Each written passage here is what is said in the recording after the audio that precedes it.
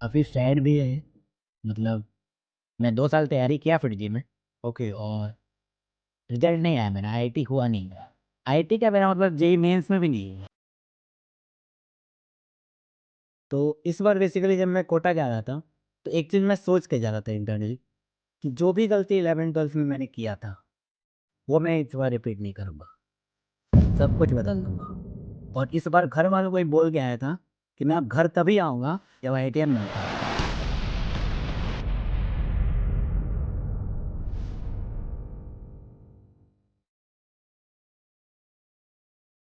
तो आईआईटी खड़गपुर चला गया मैं और आईआईटी खड़गपुर उस टाइम पे बहुत फेमस भी हुआ करता था। Okay, we are Google. Google Google is CEO ही सेंस आप किसी भी फील्ड में जा सकते हैं। आपको एक्टिंग करना है, आप एक्टिंग कर सकते हैं।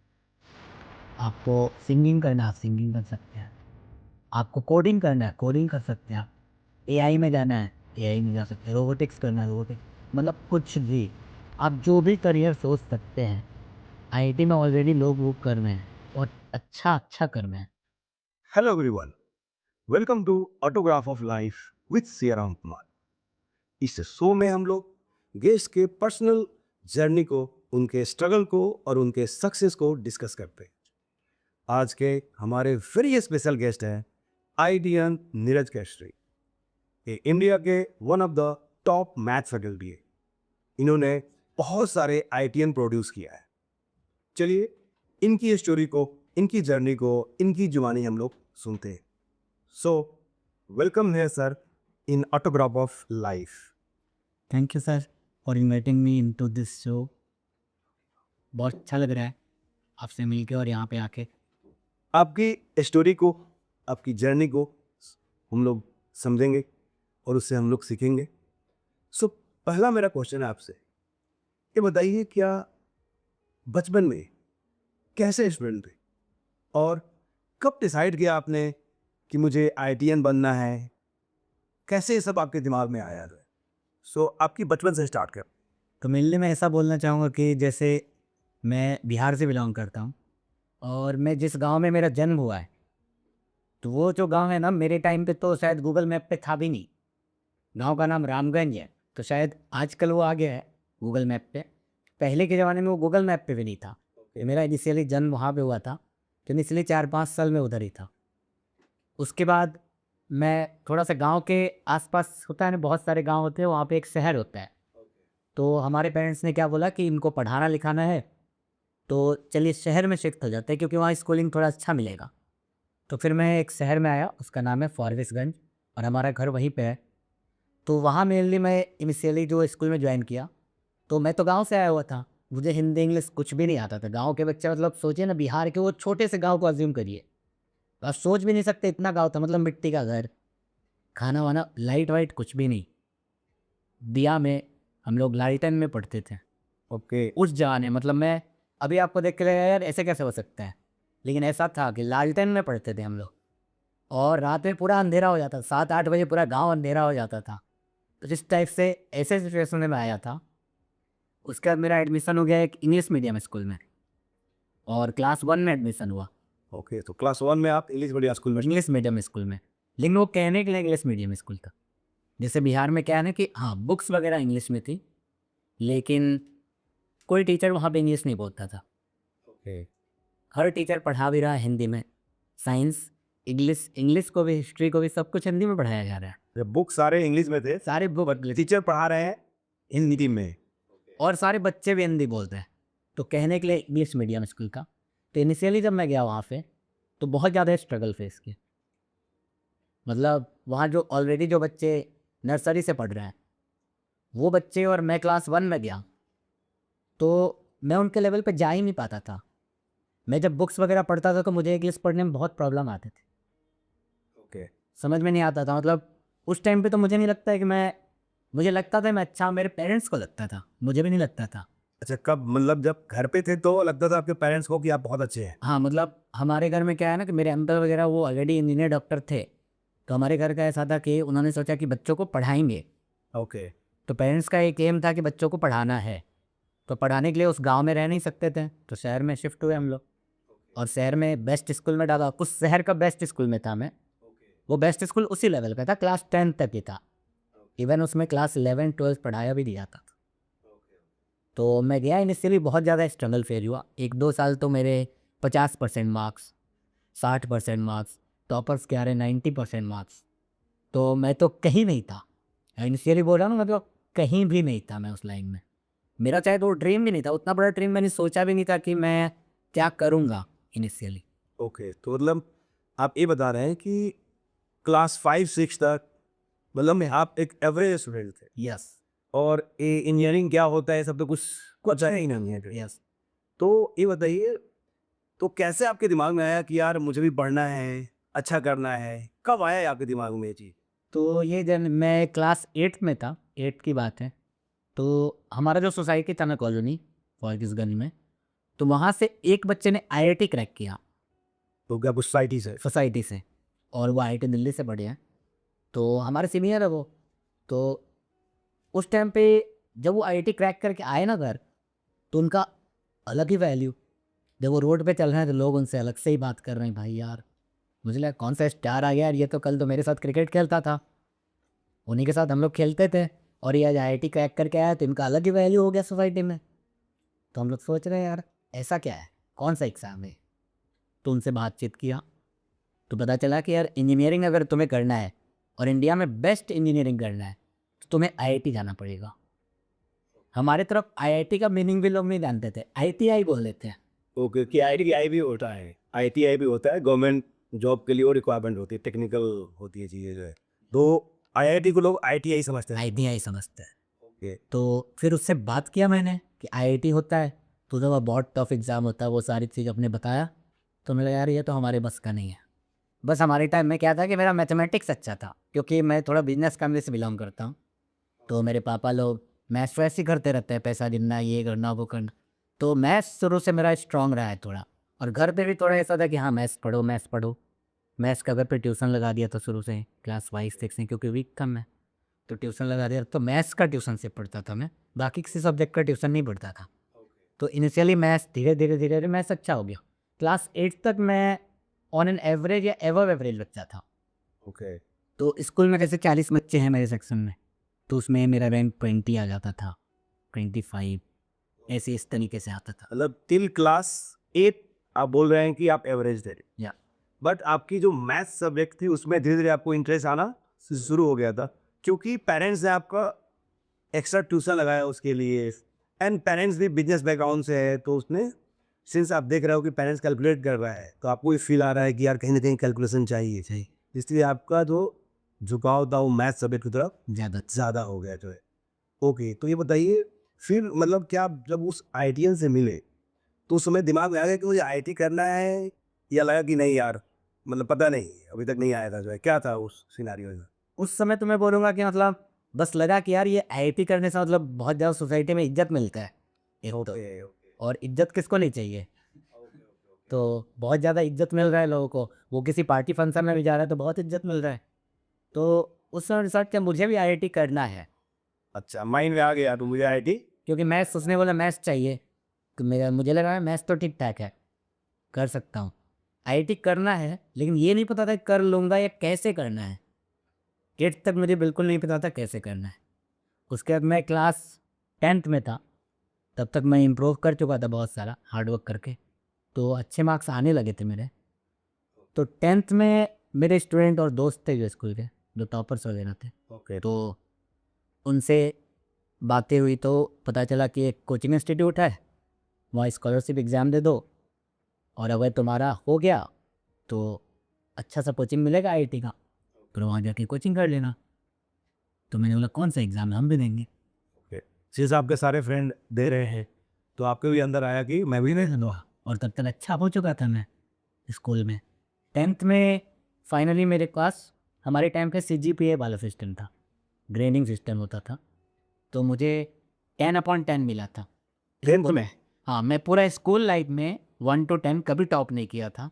ओके, आफ्टर मतलब सीबीएसई बोर्ड का जो फाइनल 10th बोर्ड था, उसमें मेरा 10/10 ग्रेड आया था। तो बहुत अच्छी अचीवमेंट है आपकी ये तो। तो उस टाइम पे लगा कि यस कर सकते हैं, और स्कॉलरशिप एग्ज़ाम दे दिया मैंने, मतलब हंसते खेलते दिया। पापा को बोला पापा पटना में एग्ज़ाम है, ट्रेन का टिकट भी नहीं था अपने पास, जनरल बॉगी में बैठ गए पापा और मैं, रात में बैठे, सुबह सुबह पटना पहुंच गए, रात भर जनरल बॉगी में बिना सोए गए थे। अरे और पटना पहुंच गया और सुबह सुबह सेंटर पहुंचना था।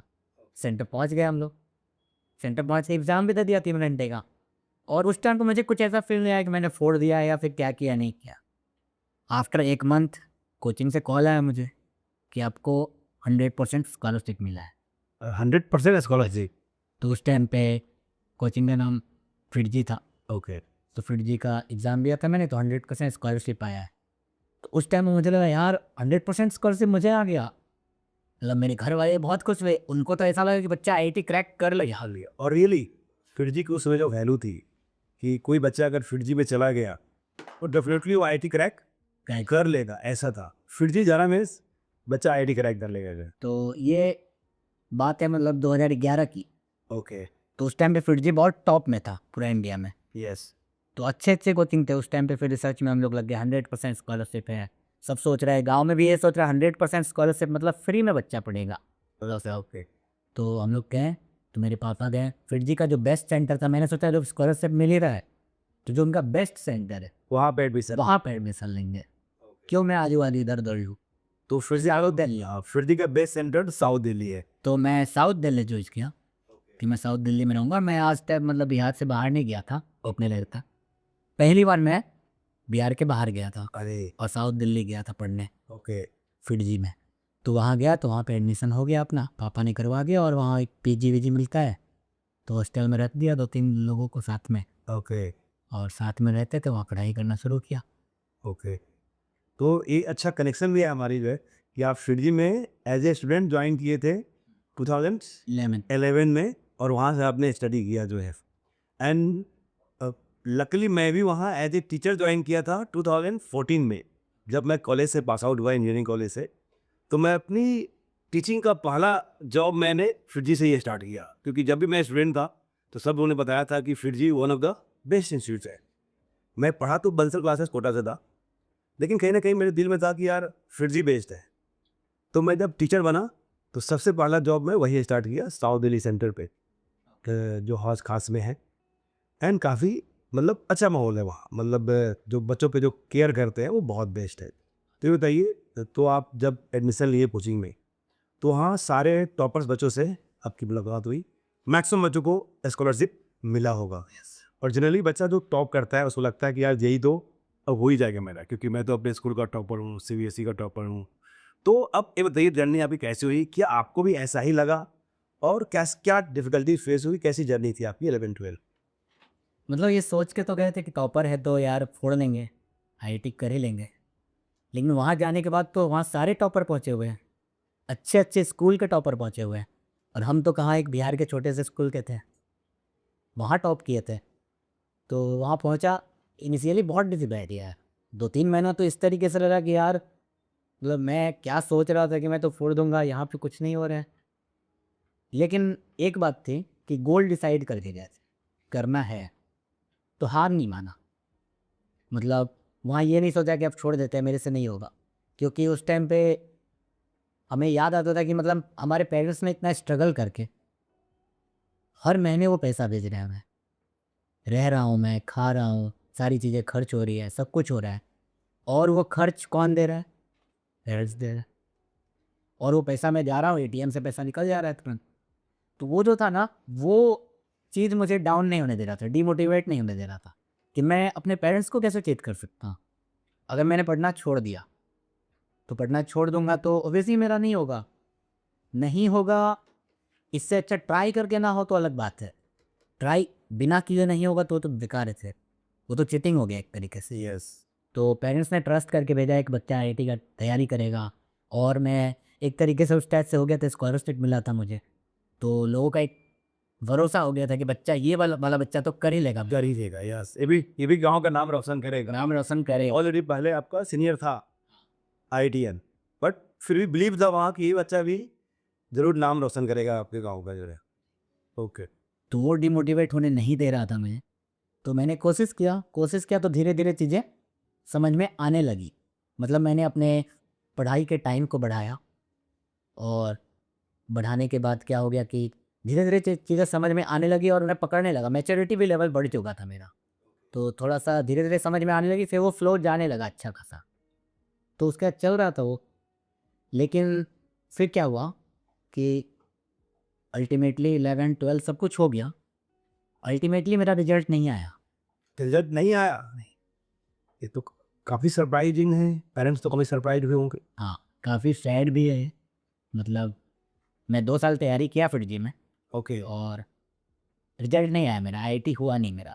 आईआईटी क्या, मेरा मतलब जेईई मेंस में भी नहीं हुआ। अच्छा। उस टाइम पे जेईई मेंस इंट्रोड्यूस हुआ था, ओके। तो उस टाइम पे जेईई मेंस में भी मेरा नहीं हुआ, आईआईटी में भी नहीं हुआ। हाँ, बोर्ड में मेरा 90% आया था, प्लस बोर्ड में। ओके। तो ये ऐसा, जैसे आप स्कूल के टॉपर थे, अच्छे कोचिंग में गए थे, तो ऐसा क्या था कि नहीं हुआ? क्योंकि बहुत सारे बच्चे हैं जो घर से निकलते हैं, कोचिंग में तैयारी करने जाते हैं, और ऐसा होता है कि नहीं हुआ, या शुरू में उनको टफ लगता है तो छोड़ देते हैं। तो आप बताइए कि ऐसा आपके साथ क्या हुआ, और बच्चे आपसे क्या सीखे, क्या मिस्टेक ना करें कि उनके साथ ऐसा ना हो? हाँ, तो वही मेनली मेरा अल्टीमेटली आईआईटी हुआ रिपीट वाले जीएन में। तो मैं अगर देखता हूँ अपने 11-12 के जर्नी को, तो 4-5 पॉइंट है जिसके कारण मेरा सिलेक्शन नहीं हुआ था मेरे फर्स्ट अटेम्प्ट में? फर्स्ट अटेम्प्ट में। ओके। वो सारे पॉइंट मैं लिस्ट डाउन करता हूँ। सबसे पहला पॉइंट मुझे क्या लगा ना, मैं पहली बार दिल्ली गया था और कोचिंग था, वहाँ सारे अच्छे अच्छे बच्चे आए हुए थे, मेरे फ्रेंडशिप हो गए। ओके। और जो इस एज में होते ही है, ये बच्चे जब भी पेरेंट्स से दूर जाते हैं, सबसे पहले कम होती है वो फ्रेंडशिप होती है। यस। तो मैं पीजी और हॉस्टल में रहता था, तो वहाँ ऊपर नीचे तो सारे स्टूडेंट हैं, तो मेरे ही टाइप के बच्चे 2-4 थे, उनके साथ मेरा दोस्ती हो गया। दोस्ती के कारण क्या होता, टाइम वेस्ट बहुत करने लगा मैं। वो मुझे उस टाइम पे फील नहीं आ रहा था कि मैं टाइम वेस्ट कर रहा हूँ, या फिर आ भी रहा था ना तो मैं अपने आप को रोक नहीं पा रहा था, मैं दोस्ती में बह जा रहा था। ओके। अब उस एज में ऐसा होता है शायद। डेफिनेटली होता है। मतलब एज ए टीचर जो मेरा एक्सपीरियंस है, मैंने तो बहुत देखा है कि बच्चे सीरियस रिलेशनशिप पे चले जाते हैं और वहाँ से बाहर भी नहीं आ पाते, और लास्टली डिप्रेशन में चले जाते हैं। कुछ बच्चे तो, आपने सुना होगा, कोटा में बच्चे सुसाइड कर लेते हैं। इस सब का रीजन ये होता है। जो तो क्या आपके साथ भी था कि आप सीरियस रिलेशनशिप पे चले गए थे? रिलेशनशिप तो नहीं था उस टाइम पे, उस टाइम पे मेरे लड़के ही दोस्त थे सारे। अब क्या था ना कि उस टाइम पे जब सोशल मीडिया आया था 2010 कह रहा हूँ, और हमारे पास मोबाइल नहीं था, मेरे पास जो मोबाइल था ना वो स्मार्टफोन नहीं था, तो मेरे जो दोस्त बने थे ना उनके पास स्मार्टफोन था। तो अब उसमें टाइम वेस्ट कैसे होना शुरू हुआ, अब उसके पास स्मार्टफोन है, वो मेरे रूम में आ जा रहे हैं, जो भी न्यू मूवी आ रही है, पिक्चर्स आ रहे हैं, सब कुछ आ रहा है, हम क्या है रात भर देख रहे हैं उधर। Okay okay. 4-5 दोस्त मिल के लाइट ऑफ करके अच्छे से माहौल बना के। मूवी पूरी आप लाइव जी रहे हैं, मतलब गए थे आप पढ़ने और दोस्तों के साथ मिलकर अब एक कॉलेज लाइफ जीना शुरू कर दिया। ट्रैक बटन लिया है, यस। और मुझे फील आ रहा था कि मुझे नहीं करना है ये, मैं कुछ और करने आया हूँ। लेकिन क्या ना, वो 3-4 दोस्त थे, अब मैं मना नहीं कर पा रहा हूँ, मैं उस विशियस साइकिल में फंसता जा रहा हूँ। दोस्त आ रहे हैं रूम पे, बैठ रहे हैं, अब मैं उनको भगा नहीं पा रहा हूँ क्योंकि दोस्त हैं। वहाँ पे वो वाली फील आ रही थी कि मैं इनको कैसे बोल दूँ कि जाओ यहाँ से, यस। उसको बुरा लग जाएगा, ये सारी चीज़ें आ रही। मतलब इसीलिए एक्चुअली स्टूडेंट को एडवाइस दिया जाता है कि जनरली देखिए, सेल्फिश होना सोसाइटी के लिए सही नहीं है, बट एज ए स्टूडेंट आपको सेल्फिश होना बहुत ज़रूरी है। तो ये बच्चों को मैं बार बार क्लास में बोलता हूँ कि बेटा आप सेल्फिश बनो, नहीं तो आपका सक्सेस पॉसिबल नहीं है। अगर अभी आप दोस्तों के बारे में सोचा कि दोस्तों को बुरा लग जाएगा, तो आपकी सक्सेस पॉसिबल नहीं है। अगर आप पढ़ रहे हो और कोई दोस्त आपके पास आए, इंस्टेंट मना करो मैं पढ़ रहा हूँ, अपने पढ़ते समय डिस्टर्ब नहीं होना है। तो और बताइए, ये फर्स्ट पॉइंट थी कि आपकी दोस्ती हो गई और उसमें टाइम वेस्ट हुआ, और क्या पॉइंट था जो Second point- हमसे सीखेंगे? सेकेंड पॉइंट अपना है कि वो जो दोस्ती हुई उसमें से एक दोस्त मेरा अच्छा था पढ़ने में, मुझे थोड़ा फिजिक्स समझ में नहीं आता था जब मैं 11-12 में था, तो मेरा जो दोस्त था ना उसको फिजिक्स आता था अच्छे से। ओके। तो उससे काम क्या हुआ ना, जब एग्ज़ाम्स वगैरह होते थे तो वहाँ हम लोग थोड़ा चीटिंग करने लगे, ओ, तो एग्जाम में मार्क्स आने लगे? मार्क्स आने लगे। अब एक तरीके से फील भी आ रहा है, गुड फील हो रहा है ना, हर टेस्ट के बाद अच्छा नंबर है, अच्छा मार्क्स आ रहा है। और जो वहाँ 10-15 दोस्त हैं उनमें मतलब फील भी आ रहा है कि यार मैं सबसे अच्छा कर रहा हूँ। अच्छा कर रहा हूँ। और फिर जी में ऐसा रिशफलिंग होता था फेज वाइज, तो हर फेज में मेरे अच्छे मार्क्स आ रहे हैं, तो मैं हमेशा आगे बढ़ता जा रहा हूँ। मेरे दोस्त पीछे वाले ही बैच में हैं, मैं आगे बैच में जाता जा रहा हूँ। आफ्टर 11th मेरे इतने अच्छे मार्क्स आ चुके थे कि मैं फिरजी के स्पेशल बैच में चला गया। ओके स्पेशल बैच में वो 25 बच्चे रखते हैं बस। ओके, तो उसमें आप सेलेक्ट हो गए। तो उस 25 बच्चे में मैं और मेरा एक दोस्त जिसका फिजिक्स अच्छा था, अच्छा, तो मैथ और फिजिक्स के बल पे आप दोनों लोग मिलकर उस स्पेशल बैच में आप चले गए।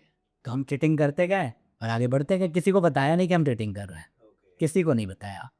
हम बस करते थे और हमारा नंबर अच्छा आ जाता था और हम दोनों खुश रहते थे। यस, तो क्योंकि मैंने भी देखा है, मतलब जब हमारे स्टूडेंट्स होते हैं वो एग्जाम में चीटिंग करते हैं और अच्छे मार्क्स लाते हैं और पेरेंट्स को बोलते हैं कि पापा, वो हाल का मैं बताऊं, एक बच्ची थी जिसने, उसकी मार्क्स आते थे near about 30-35 out of 300, but उसने क्या बोला कि मेरा 180 आ रहा है, मेरा 200 मार्क्स आ रहा है। मतलब पेरेंट्स को गलत मार्क्स बता रहे हैं और पेरेंट्स से दिवाली पे, दुर्गा पूजा में जो मर्जी हो खरीदने के लिए बोल रहे हैं कि मेरा तो मार्क्स आ रहा है जो है।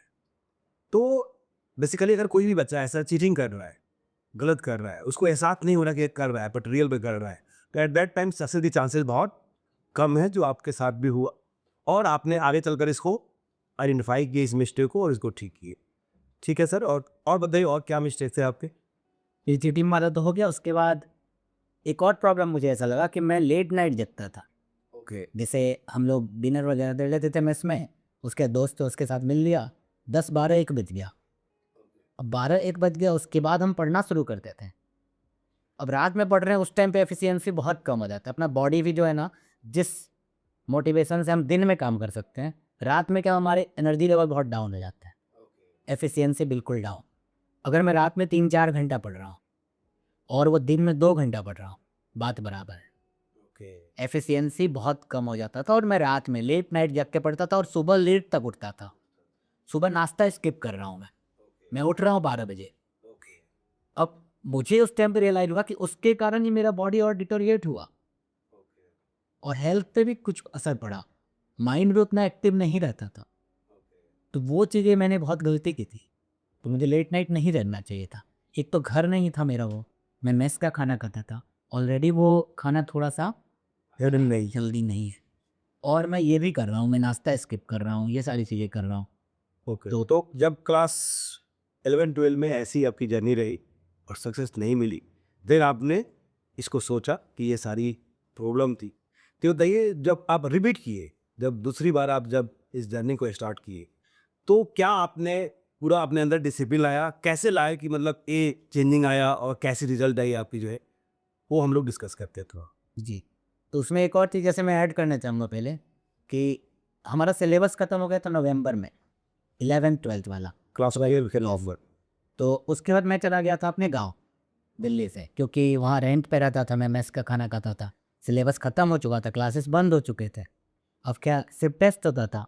तो मैंने सोचा क्यों फालतू का वहाँ रह के पैसा वेस्ट करना, चलो घर चलते हैं, घर पे ही रह के पढ़ाई करें। तो उस टाइम पे मेरा कोचिंग से पूरा टच छूट गया और धीरे धीरे क्या हो गया ना, टच छूटने के बाद क्या है ना, टॉपिक्स जो डाउट्स होते थे मैं किससे पूछूं। मेरे घर तरफ तो कोई 11-12 पढ़ाने वाला भी नहीं था और हमारे टाइम पे ये ऑनलाइन वाला फैसिलिटी भी नहीं था कि ऑनलाइन डाउट्स देख लिया, कुछ भी कर लिया, वो सारी चीज़ें थी नहीं। तो वहाँ से मेरा ना धीरे धीरे टच छूटता गया और मैं टेस्ट वगैरह भी अपीयर नहीं करता था। तो धीरे धीरे मुझे रियलाइज़ हुआ कि यार ये नहीं होने वाला इस पर। ओके, तो मैंने किसी को बताया नहीं कि ये नहीं होगा, मेरी रियलाइज हो गया, यस इंटरनली मुझे रियलाइज़ हो गया था कि मेरा नहीं होने वाला इस बार। तो मैंने क्या किया, उस टाइम पे बोर्ड पे फोकस किया। तो एस बोर्ड अच्छा कर लेते हैं, क्योंकि हमारे टाइम से जेई ने एक सिस्टम इंट्रोड्यूस किया था कि टॉप 20% बच्चे जो बोर्ड में होंगे ना, वही जेई एडवांस में बैठ सकते हैं। ओके, उसके पहले क्या होता था कि जो भी जेई मेंस दे रहा है वो एडवांस दे सकता है, कोई बैरियर नहीं था। मेरे टाइम से इंट्रोड्यूस किया उन्होंने कि जो टॉप 20% होंगे मेंस में, वही देंगे। वही देंगे अपना मतलब जो बोर्ड में टॉप 20% में होंगे वही देंगे मेंस का एग्जाम। मेंस का एग्ज़ाम देंगे। ओके, तो इसलिए आपने बोर्ड पे फोकस किया। तो मैंने सोचा कि इस बार एटलीस्ट बोर्ड में फोकस कर लेते हैं, रिपीट करेंगे। ओके, मतलब प्लानिंग आपने रिपीट करने का इस समय ही कर लिया सर। पहले ही बना लिया कि रिपीट करेंगे, बोर्ड का तैयारी कर लेते और बोर्ड में अच्छा मार्क्स है, 90% मार्क्स है। उसके बाद हम लोग चले गए 13th में, मैं चला गया कोटा, क्योंकि जो मैंने बताया था IITM आया था, मैं क्लास 8 में था, तो वो भी कोटा से ही तैयारी किया था उसने। ओके, तो आपने दिल्ली छोड़कर कोटा चले गए कि चलिए अब कोटा से हम तैयारी करते हैं। और उसी के रास्ते पे चले, वो कोचिंग था, रेजोनेंस में था वो उस टाइम पे। ओके तो कोटा में रेजोनेंस बहुत अच्छा हुआ करता था उस टाइम पे, बहुत फेमस कोचिंग थी। तो मैं रेजोनेंस में जाकर एडमिशन ले लिया ओके 13th में, और वहाँ फिर शुरू किया था 10th का जर्नी। ओके ओके रेजोनेंस की जर्नी जो है कैसे रही, और क्या था कि एक आप फेल हो गए थे आईटी में, मतलब पूरा होप खत्म हो गया। देखिए आप एक टॉपर थे, टॉपर से फिर से आप जीरो हो गए, जीरो। एंड फिर आपने बोर्ड में फोकस किया क्योंकि आपको पता था कि आप 10th में अच्छा लाए हो तो बोर्ड में अच्छा आप कर सकते हो, और वो रिक्वायरमेंट थी जेई मेंस की। एंड क्या ऐसे चेंजिंग लाया आपने कि फिर से आईटी आपने क्रैक किया और इतने अच्छे आईटी में पहुंचे? तो इस बार बेसिकली जब मैं कोटा जा रहा था, तो एक चीज़ मैं सोच के जा रहा था इंटरनली, कि जो भी गलती 11th-12th में मैंने किया था, वो मैं इस बार रिपीट नहीं करूँगा, सब कुछ बदल दूँगा। और इस बार घर वालों को ही बोल के आया था कि मैं अब घर तभी आऊँगा जब आईआईटीएन बन के आऊँगा, अरे वाह, नहीं तो मैं घर नहीं आऊँगा। अरे भाई, मतलब वो डेडिकेशन लेके गया था मैं कोटा। तो जब मैं कोटा गया तो दोस्त जो थे ना, जो मेरे साथ फिरजी में पढ़ रहे थे, वो लोग भी कोटा पहुँचे हुए थे। अरे तो फिर तो दोस्त आ गए आपके साथ। फिर से दोस्त आ गए, तो उन्होंने बोला साथ में एक ही कोचिंग में एडमिशन ले लेते हैं और साथ में ही फिर से रहते हैं। ओके मैंने इस बार डिसाइड किया कि नहीं, इस बार मैंने बाउंड्री सेट किया। ओके मैंने बोला नो, इस 1 साल में मैं कोई रिस्क नहीं ले सकता। मैंने एक रूम सर्च किया जो मेरे दोस्त जिस एरिया में रहते तो उस एरिया से बहुत दूर, ताकि वो मिलने का भी ना सोचे मेरे से, और सिंगल रूम लिया मैंने। तो सिंगल रूम खोजते खोजते 4,000 5,000 उस टाइम पे रेंट ये होता था। खोजते खोजते मुझे एक रूम मिला एक घर पे, वहाँ पीजी वाला सिस्टम चलता है पोकोटा में। जैसे 4-5 मंजिला का बिल्डिंग है, एक फ्लोर पे अपना रेंट लैंडलॉर्ड रहते हैं और बाकी पे बच्चों को लगा दिया है। तो मैंने क्या किया, मैंने बोला आपके टॉप फ्लोर पे एक उनका स्टोर रूम होता है, जैसे घर बनता है ना, तो उसमें टॉप फ्लोर पे एक छोटा सा एक स्टोर रूम होता है। तो उन्होंने मुझे ये रूम चाहिए। अच्छा, तो आपने स्टोर रूम में रख के पढ़ाई किया? हाँ, मुझे ये रूम चाहिए। इस रूम में बस एक बेड आता था, एक टेबल आता था, चेयर आता था, बस रूम ख़त्म, और कुछ नहीं था रूम में। और छत पे एक बाथरूम था जस्ट उस स्टोर रूम के सामने, उसमें मैं नहाता वहाता था और उधर रहता था। तो मैंने बोला इधर रहूँगा, एक तो 4th 5th फ्लोर पे रहूँगा ना, तो लिफ्ट वगैरह तो है नहीं, कोई दोस्त मिलने का भी आएगा ना तो वो सोचेगा यार 5 मंजिल चढ़ना पड़ेगा। अरे वाह, तो सबसे ऊपर रहा मैं, और मैंने बोला किसी से नहीं गिलेंगे। और जो भी मिस्टेक मैंने 11th-12th में किया था, चीटिंग किया था मैंने, मैं दोस्तों के साथ टाइम वेस्ट करता था, गॉसिपिंग में जाता था, मैंने मोबाइल चेंज कर लिया, अपना मोबाइल नंबर चेंज कर लिया, कोटा में एक नंबर ले लिया, वो नंबर मैंने किसी के साथ शेयर नहीं किया। अरे मैंने सिर्फ अपने मम्मी पापा भाई बहन अपनी फैमिली मेम्बर्स के साथ शेयर किया वो नंबर, और किसी को भी नंबर नहीं दिया। मेरी जो सोशल मीडिया मैंने स्टार्ट किया था 11th-12th में, फेसबुक वगैरह, वो मैंने लॉगिन करना बंद कर दिया। तो उस 1 साल में मेरे फेसबुक में कोई लॉगिन नहीं। ठीक, तो वो सब कुछ मैंने हटा दिया, सारे डिस्ट्रैक्शन को हटा दिया, और वो डेडिकेशन के साथ गए थे। इस बार तो क्रैक। करेंगे। और रेजोनेंस में मैंने एडमिशन लिया तो थोड़ा, जब इनिशियली आप एडमिशन लेते हैं तो लोअर बैच में मेरा एडमिशन हुआ था, लेकिन 1-2 रिशफलिंग के बाद मेरा वहाँ पे फर्स्ट बैच हो गया था, क्योंकि मैं वो डेडिकेटली गया था कि इस बार तो मेहनत करना है मुझे। तो मेरा फर्स्ट बैच हो गया, तो वहाँ R1 बैच था, और वहाँ जो रेजोनेंस के जो भी HODs वगैरह थे वो फर्स्ट बैच में पढ़ा रहे थे। तो अच्छा रहा, 250 बच्चे थे टोटल, ओके एक बैच में 250 बच्चे पढ़ते थे, ओके, टॉप बैच की जो बात कर। टॉप बैच के। इन जनरल सारे बैच में यही था, 200-300 बच्चे होते थे, तो मेरे बैच में 250 बच्चे थे। ओके अब आज के ज़माने में जैसे मैं पढ़ा रहा हूँ तो इसमें 30-40 बच्चे होते हैं, और 250 बच्चे थे, और मैं ये बता रहा हूँ कि पिन ड्रॉप साइलेंस होता था। ये वेरी डिफिकल्ट है, आज 30-40 में साइलेंट नहीं होता ही है। तो वही पिन ड्रॉप साइलेंस होता था, और टीचर्स अच्छे से, बहुत बड़ा बोर्ड होता था, टीचर्स पढ़ा रहे हैं और सारे बच्चे पढ़ने आए क्या। ओके तो वो जो इन्वायरमेंट है ना मुझे मिला, वो इन्वायरमेंट भी बहुत मैटर करता है। मुझे ऐसा ना, कि जो मेरे आसपास उस बैच में बच्चे थे सारे पढ़ने वाले थे, पढ़ने वाले सेम माइंडसेट वाले थे। सेम माइंड, सबको आईआईटी जाना है, यस सबको आईआईटी जाना है, सब पढ़ रहे हैं, तो उनको देख देख के मैं भी पढ़ रहा हूँ। इस बार कुछ दोस्ती नहीं किया ओके मैंने सिर्फ और सिर्फ फॉर्मेलिटी किया। जो भी दोस्त या मेरे साथ होते थे उनके साथ बस डिस्कशन करता था मैं क्वेश्चंस का, आलतू फालतू बाहर मिलना, ये करना वो करना, बिल्कुल कोई शाम को बुला ले चलो चाय पीने चलते हैं, नहीं जाएंगे। ओके जाएंगे चाय पीने, अकेले जाएंगे, चाय कचौड़ी खा के आ जाएंगे, वहाँ प्याज कचौड़ी चलता है कोटा में, खा के जस्ट, टाइमिंग फिक्स होता था, ओके सुबह से शाम का टाइमिंग फिक्स है, 6 दिन क्लासेस होते थे, सुबह 7:30 से क्लास होते थे 1:30 तक। उसके बाद मैं घर जाता था, घर जाके तुरंत कपड़ा वपड़ा बदल के मेस जाता था खाना खाने। मेस पे खाना खा के मैं आके 1 घंटा सो लेता था। तो ये 4 बज जाता था, 4 बजे मैं पढ़ाई शुरू करता था। 4 बजे से पढ़ना शुरू किया, 2 घंटा पढ़ा, 6 बज गया, 6 बजे मैंने टी ब्रेक लिया। चाय पीता था मैं, थोड़ा-सा कुछ नाश्ता कर लेता था, फिर 6:30 में शुरू करते थे। 6:30 से 8:30 तक पढ़ते थे। 2 घंटे का फिर से एक स्लॉट पढ़ा। 8:30 में उठा डिनर करने, मेस में जाके डिनर किया। थोड़ा-सा उस टाइम पे मैं थोड़ा-सा टाइम वेस्ट करता था, थोड़ा घर बात किया, थोड़ा दोस्तों से बात किया, थोड़ा-सा रिफ्रेशमेंट चाहिए था मुझे। तो 8:30 टू 9:30 में नहीं पढ़ता था। 1 घंटे का ब्रेक होता था उस टाइम पे मेरा। लंच का डिनर करता था मैं और उसके बाद दोस्तों से बात-वात करके फिर 9:30 शार्प बैठ जाता था, टाइम देख के। फिर 9:30 से 12:30 जनरली पढ़ता था, लेकिन जैसे-जैसे एग्ज़ाम सामने आया, मैं उसको एक्सटेंड करता गया। तो मेरा मैंने एवरेज 2-2 4 और 3 7, 7 घंटे का एवरेज हो जाता था हर दिन का मेरा। मतलब ये 7 आवर्स का एवरेज एग्जाम के समय था या एग्जाम से पहले का था? इन जनरल रिपीट में इतना करना ही पड़ेगा, 7 आवर पर डे क्लास को छोड़कर, क्योंकि 2 साल का सिलेबस आप 1 साल में, एक क्लास छोड़कर बोल रहे क्लास छोड़ के हो? ओके, शाम को सेल्फ स्टडी मेरा, सेल्फ स्टडी 7 आवर्स। क्योंकि हर दिन क्लास हो रहा है।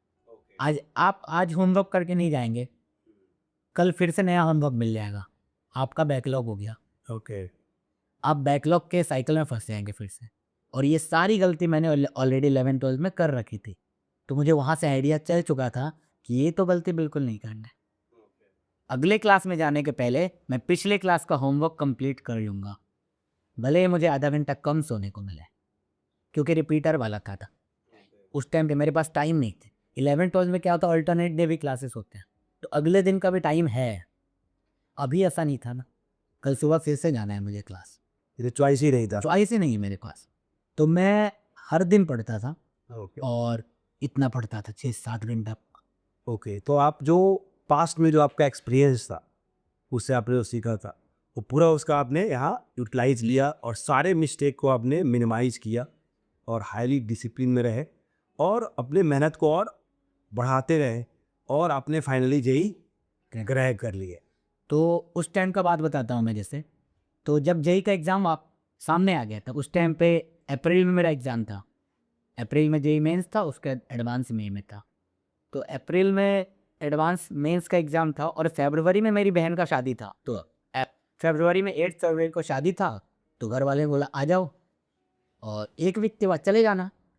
उस टाइम पे मैं इतना सीरियस था अपने करियर पे लेके कि मुझे आईआईटी करना है और मुझे फ़ील भी आने लगा था। 1 साल हो चुका था और मेरा अप्रैल में एग्ज़ाम है, फरवरी आ चुका है, तो मुझे फ़ील हो चुका था कि मेरी तैयारी अच्छी चल रही है, मार्क्स वार्क्स भी अच्छे आते थे। तो मैंने डिसाइड किया कि मैं शादी में नहीं जाऊँगा। ओके, अपनी बहन की शादी है और आपने डिसाइड किया कि बहन की शादी में नहीं जाऊँगा। नहीं, ये तो बहुत टफ डिसीजन था। बहुत टफ। पूरा घर वाले मनाते रह गए, फ़ोन करते रह गए कि आ जाओ, पूरी फैमिली आ रही है, हमारी जॉइंट फैमिली है। तो पूरी फैमिली आई हुई थी, पूरी फैमिली के एक मेंबर मैं नहीं था।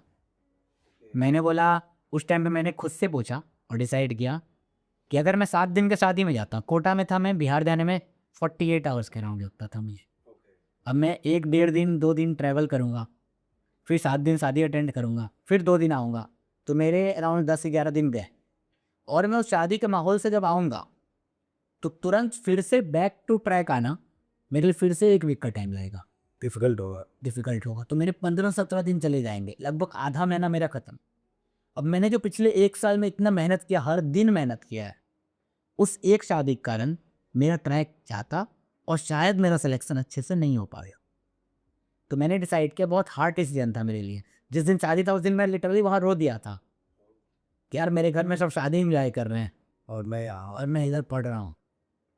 तो उस टाइम पे रो तो दिया, लेकिन उस रोने के बाद एक और मोटिवेशन आया कि यार अब इतना सेक्रीफाइस किया है ना, अब तो करना ही है। अब करके जाएंगे आईआईटी, और अपनी बहन को बोल दिया था आईआईटी करके आऊँगा तुम्हारे घर, आईआईटीएन बन के आऊँगा घर। तो बहुत मेहनत किया उसके बाद और जेई आ गया। उसके बाद जेई आ गया तो मेरा पहला जो 11-12 में था ना, मेरा जेई मेन से 120 मार्क्स आया था ओके, और एडवांस में तो 50-60 मार्क्स आए। 120 मार्क्स में अराउंड लाखों के अराउंड रैंक था मेरा। 360 का एग्ज़ाम होता था उस टाइम, 360 में 120 आया था। तो लाखों में रैंक था और एडवांस में तो कोई रैंक ही नहीं था। दूसरी बार जब मैंने जेई मेंस दिया तो आए टोटल 250 मार्क्स। अरे वाह, बहुत अच्छी मार्क्स है। एक साल में मैंने 120 से 250 250 के डबल से भी ज़्यादा कर लिया मार्क्स। मॉडल से ज़्यादा कर।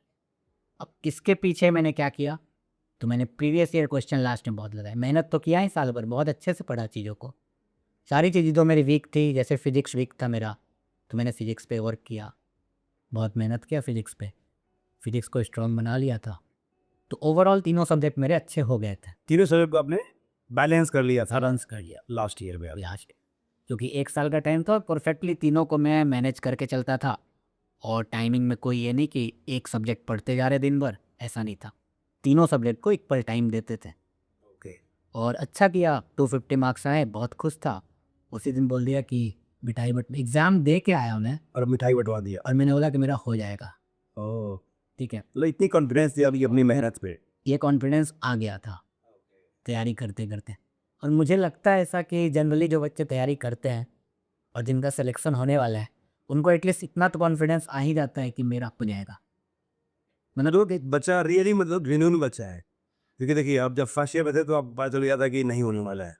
तो अगर जेन्युइनली कोई मेहनत कर रहा है, कोई काम कर रहा है, तो उसको अपना रियलाइज हो जाता है कि मेरा आने वाला है और कहाँ मैं पहुँचने वाला हूँ।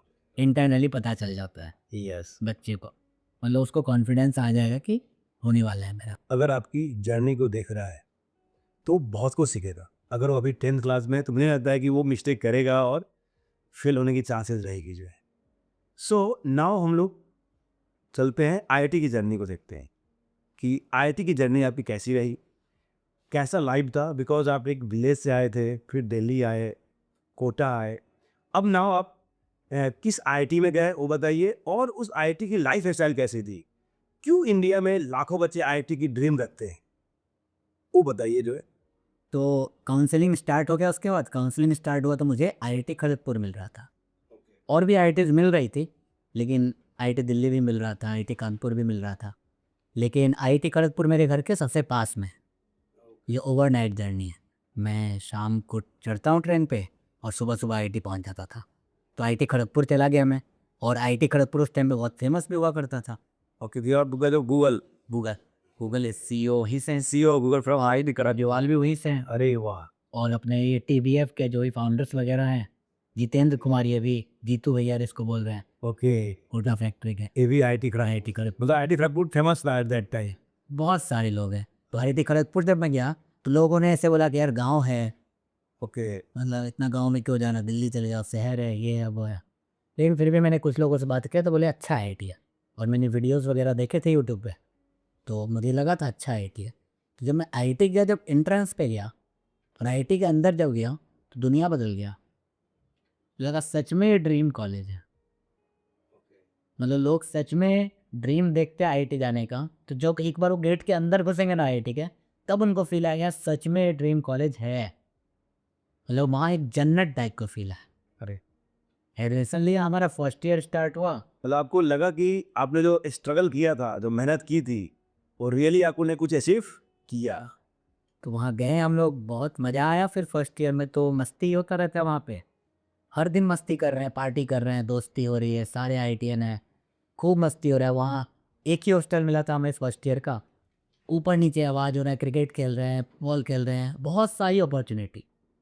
मतलब आईआईटी के लिए मुझे ऐसा लगता है ना कि वहाँ जो अपॉर्चुनिटी मिल सकता है लोगों को पूरे इंडिया में, एक ही जगह पे मल्टीपल अपॉर्चुनिटी है।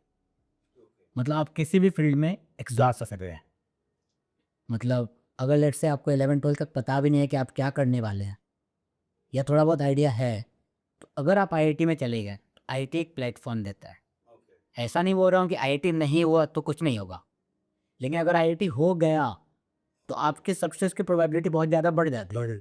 यस, मतलब ऐसे है कि आप समझ लीजिए कि कहीं जाने वाले हैं, तो अगर आप आईटी में चले गए तो ऑलरेडी आप फ्लाइट में बैठ गए, मतलब जल्दी पहुंच जाएंगे। अब ट्रेन की जर्नी करेंगे, Yes. फ्लाइट की जर्नी करेंगे, तो आप फ्लाइट में बैठ चुके हैं आईआईटी के हैं तो Yes. अब ट्रेन से भी वहाँ पहुँच सकते हैं, Right. लेकिन आपने फ्लाइट ले लिया है, यस, तो आप जल्दी पहुँचेंगे। जल्दी पहुंच।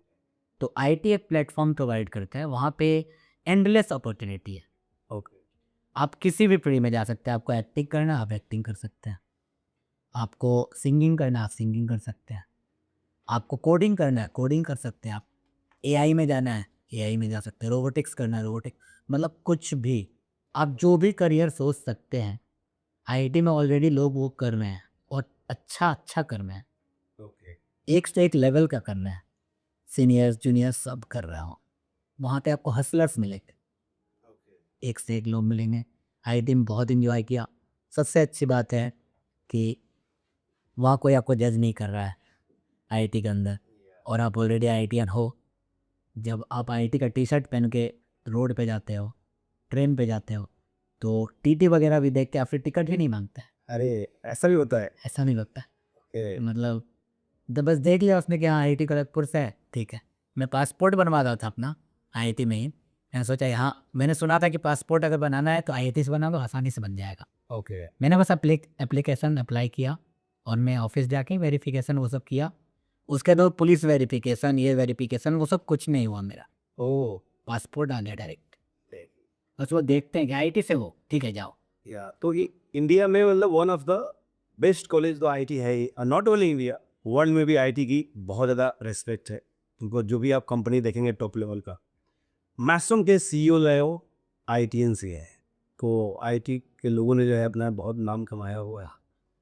मतलब फर्स्ट ईयर ऐसे ही ख़त्म हुआ, उसके बाद सेकेंड ईयर में है। सेकेंड ईयर से थोड़ा हॉस्टल चेंज हो जाता है। ओके तो सारे लोगों को हॉस्टल अलॉट हो गया, तो मुझे जो हॉस्टल मिला आईआईटी खड़गपुर में, पटेल हॉल ऑफ रेसिडेंस था। ओके तो बोला जाता है Patel hall one of the दबंग हॉल जो बोलते हैं ना, होता कि हॉस्टल में जिसका दबंग वाला पहचान हो, गुंडा लोग, तो उस टाइप का पहचान था उस हॉस्टल का। ओके तो सबसे ज़्यादा रैगिंग वगैरह होता था मेरा, अच्छा नहीं होता था आपके टाइम में? और वो अलग टाइप से होता था। उसको ओरिएंटेशन प्रोग्राम बोलते थे। रैगिंग तो बैन है, ओके तो उसको अलग तरीके से, वो भी ज़रूरी है, इंटरेक्शन के लिए होता था मेनली। थोड़ा बहुत रैगिंग भी हुआ कॉलेज में। सेकेंड ईयर में रैगिंग दिया हमने, और भी गहरी दोस्ती हुई रैगिंग देने के बाद। सीनियर्स से भी दोस्ती हुई, बैचमेट से भी दोस्ती हुई, बहुत सारी चीज़ें और पता चली। मतलब मुझे क्रिकेट खेलना बहुत पसंद था, ओके तो अपने हॉस्टल के लिए मैंने क्रिकेट खेला। ओके तो मैं भी सुना हूँ कि आईटी के अंदर जो है स्पोर्ट्स कॉम्प्लेक्स काफ़ी अच्छे होते हैं, स्विमिंग पूल वगैरह एवरीथिंग होता है काफ़ी अच्छे जो है, तो ऐसा सच में है? बहुत बड़ा, मतलब स्विमिंग पूल ओलंपिक लेवल का है अपने आईआईटी खड़गपुर में।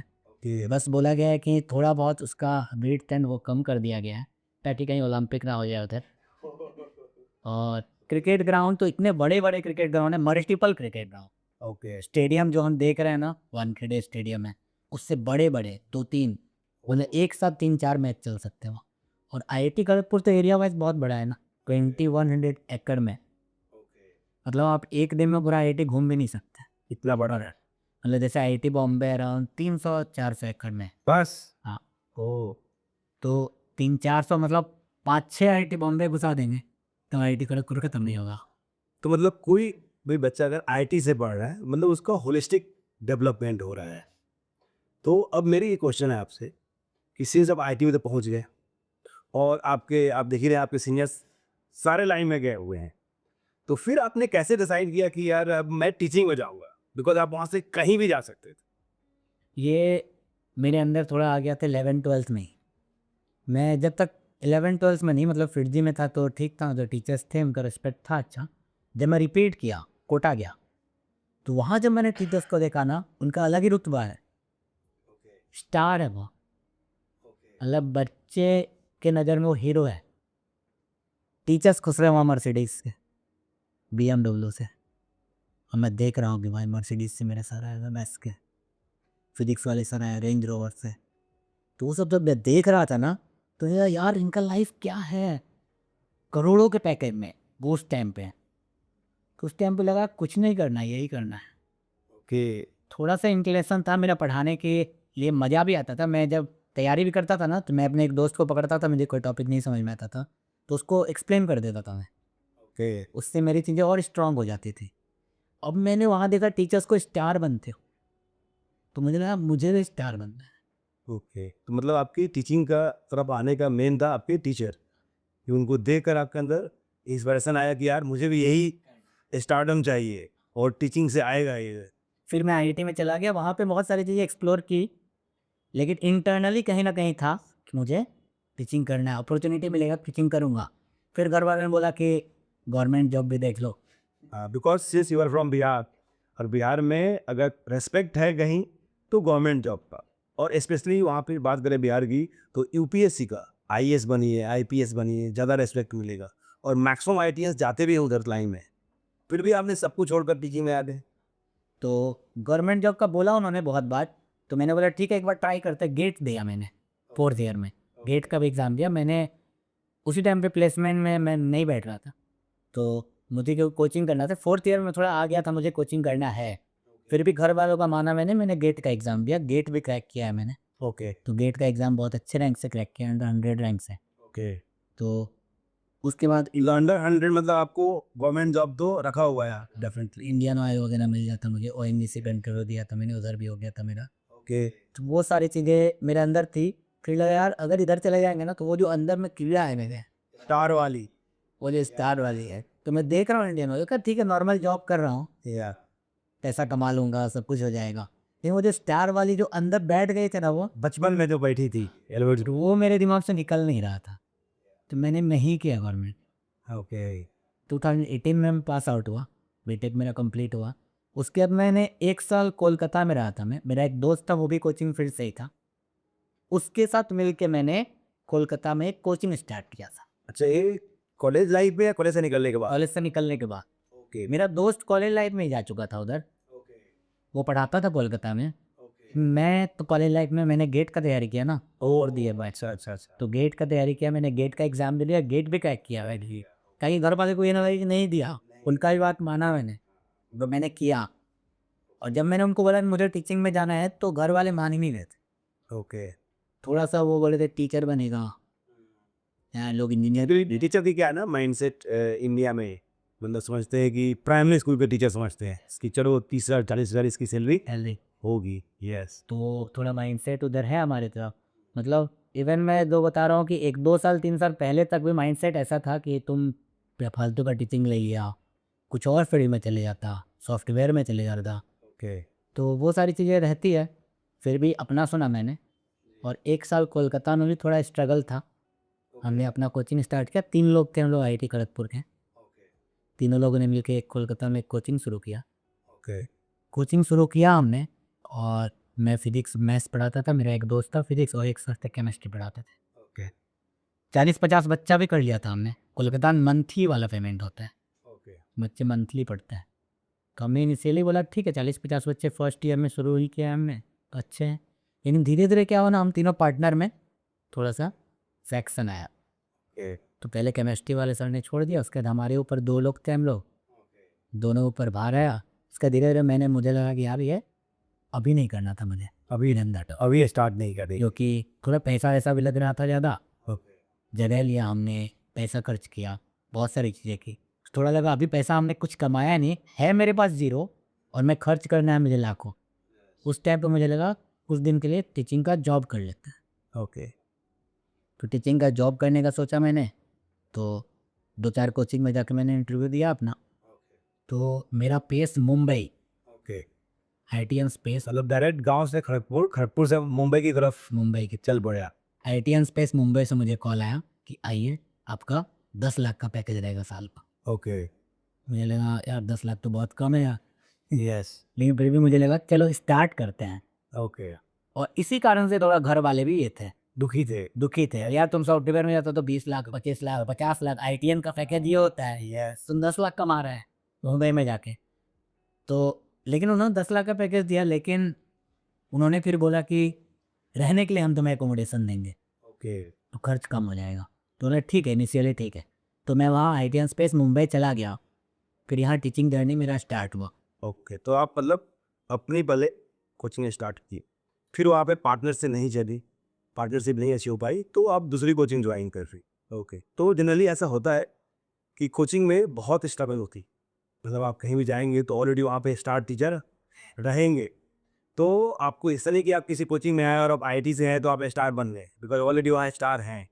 तो ये सफ़र आपकी कैसी रही, कैसे आप एक नॉर्मल आईआईटी से स्टूडेंट से एक स्टार टीचर कैसे बने, क्योंकि you are the one of the best faculty now, तो ये जर्नी कैसी रही आपकी? तो इनिशियली तो मैं पेस में आया, पैकेज कम था, मैंने सुना लोगों का यहाँ चाहे 50 50 लाख 1 1 करोड़ का पैकेज है, मैंने 10 लाख मांगा, मेरा तो बहुत कम है। लेकिन मेरे अंदर तो कीड़ा था ही ना पढ़ाने का, तो मैंने एक यूट्यूब चैनल स्टार्ट किया, उसका नाम इन्फिनिटी लर्निंग हब है। तो यूट्यूब चैनल तो शुरू किया, फिर मैंने पढ़ाना शुरू किया। फिर मैंने क्या किया, जो भी बेस्ट टीचर हैं इंडिया के और कोटा में मैंने जिनसे पढ़ा था, उन सब का वीडियो लेक्चर्स, उन सब का नोट्स पढ़ना स्टार्ट किया। ओके। और 4-5 टीचर, बेस्ट टीचर्स का नोट्स मिला के मैंने खुद का एक नोट्स तैयार किया, ओके। हर एक चैप्टर का। ओके। इसमें मुझे 1-1.5 साल लग गया। तब तक मैं पढ़ा भी रहा था बेस में, लेकिन ये नोट्स तैयार भी कर रहा था बैक में। हर चैप्टर का मैंने नोट्स रेडी कर लिया। मैंने बोला कंटेंट तो देंगे, लेकिन कंटेंट बेस्ट देंगे। ओके। यहाँ कोई एक टीचर किसी एक को फॉलो कर रहा है ना, मैं 4 को देखूंगा इंडिया के बेस्ट, और उन चारों का नोट्स से मैं बेस्ट नोट हूँ। ओके, तो जो आपकी मतलब 11-12 में और रिप्टे में जो मेहनत करने की जो कैपेसिटी थी, वो आपने उसको यूटिलाइज़ किया यहाँ पे, और कॉलेज से पास आउट होने के बाद भी आपने उतना मेहनत किया, हार्ड वर्क किया और सब त्याग दिया आपने। जब मैं पेज में फैकल्टी रूम में बैठता था, नोट्स लिखते रहता था, टीचर्स बोल रहे हैं क्या यार नोट्स लिख रहा है, यार चलो बाहर चलते हैं। वो तो भी उस टाइम में डेडिकेशन था। मुझे लग रहा था मेरा पैकेज कम है, लोग करोड़ों कमा रहे हैं, अब मैं इधर बैठा हुआ हूँ, मुझे भी बढ़ना है आगे। तो हार्ड वर्क किया टीचिंग में। टीचिंग में इनिशियली क्या होता है, आपके ऊपर थोड़ा हार्ड वर्क करना होता है कंटेंट पे। कंटेंट सब्जेक्ट को इम्प्रूव किया मैंने, और डिलीवरी आती थी, बच्चे खुश रहते थे, फीडबैक अच्छा रहा। तो पेस ने मुझे बहुत अच्छा अपॉर्चुनिटी दिया। ओके। तो IITian स्पेस ने मुझे 1 साल बाद अच्छे थोड़ा बैच में ट्रांसफ़र किया। तो वहाँ एक बैच चलता था फ्लैगशिप बैच करके। ओके। तो मेरा ये था कि फ्लैगशिप बैच और टॉप टीचर्स पढ़ा रहे हैं, जो पेस के टॉप टीचर्स है वही पढ़ा रहे। जो बेस के स्टार फैकल्टी थे, ध्यान से वो फ्लेक्सियो बॉम्बे के स्टार फैकल्टी। और वहाँ आपको पढ़ाने का मौका मिला। तो मैंने सोचा मैं इसी बैच में पढ़ाऊँगा, तुरंत तो मिलेगा नहीं। तो इस बीच में मेरा इंक्रीमेंट डबल ऐसा होता गया। मेरा बैच बढ़ा, जैसे ही मेरा फीडबैक अच्छा था, मैंने जाके बात किया ओनर से, मैंने बोला ठीक है डबल कर लेते हैं। ओके। फिर मैंने बोला 1 साल 2 साल बाद और 1 साल बाद कि यार इतने में नहीं हो रहा है, देखो मेरा ये भी हो गया। तो पिछले 3 साल पहले 2 साल पहले मुझे फ्लैगशिप बैच दिया उन्होंने, कि एक बार चलो आपको ट्राई करते फ्लैगशिप बैच। 1 साल पढ़ाया मैंने फ्लैगशिप बैच में, बहुत अच्छा फीडबैक रहा मेरा। जो उनके स्टार फैकल्टी थे उस लेवल का, मेरे पैरेलल, वहाँ पैरेलल शिफ्ट चलते हैं, मेरे पैरेलल में और भी टीचर्स पढ़ा रहे थे, तो उनसे भी अच्छा मेरा फीडबैक रहा। ओके। तो बच्चे खुश थे। तो उस बेस पे मैंने जाके बात किया उन्होंने, तो उन्होंने फिर से इंक्रीमेंट कर दिया अच्छा खासा। ओके। और इस तरीके से बहुत कम समय में बहुत अच्छा खासा ग्रोथ मिल गया। या जनरली देखा जाता है कि लोगों की मतलब जो ग्रोथ आप में देखी गई है, आपने 3-4 सालों में, 5 सालों में किया है, तो लोगों को 10 साल लग जाते हैं, बट आपने इतना फास्ट ग्रोथ इतने कम टाइम में किया जो है। तो उसके पीछे का वही होता है ना कि मतलब 2 तरीका है, आप मेहनत करते रहे आप ग्रो करेंगे, या फिर आप बैकग्राउंड में बैकएंड में पहले मेहनत कर लें और उसके बाद मार्केट में उतरें। ओके। तो आप जब बैकएंड में मेहनत करके उतरेंगे मार्केट में, तो उस टाइम जब मार्केट में आए ना, तो आप बहुत जल्दी स्टार बन सकते हैं। लेकिन आप मार्केट में ही रह के सीखेंगे तो उसमें टाइम लगेगा। तो मैंने बैकएंड में पहले मेहनत किया है, बस नोट्स बनाए, अच्छे से डिलीवरी किया, सब कुछ किया। तो उसमें जो मेहनत था ना, वो मेरा मेहनत अब काम आ रहा है। ओके। तो जब पेस में था तो मैं फ्लैगशिप बैच में पढ़ा रहा था, अच्छा खासा मेरा पैकेज भी हो गया था। मतलब इतना पैकेज हो गया था कि जो सॉफ्टवेयर इंजीनियर को मिलता है उससे ज़्यादा पैकेज हो गया था। तो उस टाइम पे घर वालों को थोड़ा सा लगा कि यार ठीक है, मतलब टीचिंग चूज़ किया था, गलत नहीं डिसीजन लिया। मतलब जो कर रहा है अच्छा ही कर रहा है। क्योंकि मुझे समझ में आ गया अल्टीमेटली घर वालों को ही पैसा चाहिए। यस। ठीक है, मतलब आप अच्छा खासा पैसा कमा रहे हैं अगर, तो घर वालों को भी कोई दिक्कत नहीं है। पढ़ा रहे हैं तब भी कोई दिक्कत दिक्कत नहीं हुआ, आप टीचिंग कर रहे हैं, कुछ और कर रहे हैं, कोई दिक्कत नहीं है। मेरे साथ भी के लिए ऐसा हुआ था कि जब मैं कॉलेज से पास आउट होने के बाद मैं जब टीचिंग में ज्वाइन किया, तो घर वाले नाराज़ हो गए कि तुमको जब पढ़ाना ही था तो इंजीनियरिंग क्यों किया। लेकिन बाद में जब मैंने कंपनी चेंज किया एंड मल्टीपल टाइम चेंज किया और काफ़ी ग्रोथ हुआ, तो घर वाले बोले कि यार तुमने सही डिसीजन लिया, कि अगर कंपनी में जाता तो वहाँ पे एक जगह पे फंस के रह जाता जो है, और यहाँ तुमने बहुत अच्छा ग्रोथ किया। तो इनडायरेक्टली होता क्या है, सोसाइटी जो है ना आपकी ग्रोथ देखती है। सोसाइटी को लगता क्या है कि अगर आप आईटी से हैं या एनआईटी से हैं, कहीं से भी है, कंपनी में जॉब करते हैं तो आपकी ग्रोथ ज़्यादा होगी। बट उनको ये नहीं पता होता है कि टीचिंग में एक फील्ड है जहाँ पे आपकी ग्रोथ बहुत ज़्यादा हो सकती है, जो आपने भी किया, मैंने भी किया, और सोसाइटी को हमने दिखाया कि ऐसा ग्रोथ पॉसिबल है। तो उसके बाद मेरी शादी वादी हो गई और मेरी वाइफ इंजीनियर है, ओके। और फिर उसके बाद एक अपॉर्चुनिटी मिला मुझे, मुंबई में अनअकैडमी आया। ओके तो अनअकैडमी सर्च करा था बेस्ट एजुकेटर, ओके तो उसमें मेरा नाम आउट हुआ। ओके तो मेरा नाम गया उनके पास, तो हायरिंग टीम जो भी थी, तो रातों रात उन्होंने मीटिंग किया, ओके रातों रात उन्होंने बुलाया कि हम आपको लेना चाहते हैं। तो मैंने बोला ऐसे कैसे आ सकता है, यस मतलब उधर पढ़ा रहा हूँ मैं, ऑलरेडी फ्लेक्सिब बैच में बेस्ट में पढ़ा रहा हूँ, ऑलरेडी अच्छे पैकेज पे हूँ। तो उन्होंने पैकेज में और 50% इंक्रीमेंट किया। अरे बाबा ओके 50% इंक्रीमेंट करने के बाद उन्होंने बोला कि मैं 6 मंथ का एडवांस भी दे रहा हूँ ताकि आपको ट्रस्ट हो जाए। यस तो अब वो 6 मंथ का एडवांस भी दिया और ट्रस्ट भी किया। तब मुझे लगा ठीक है, अब एडवांस दे रहा हूँ, चेंज कर सकते हैं अब चेंज कर सकते हैं।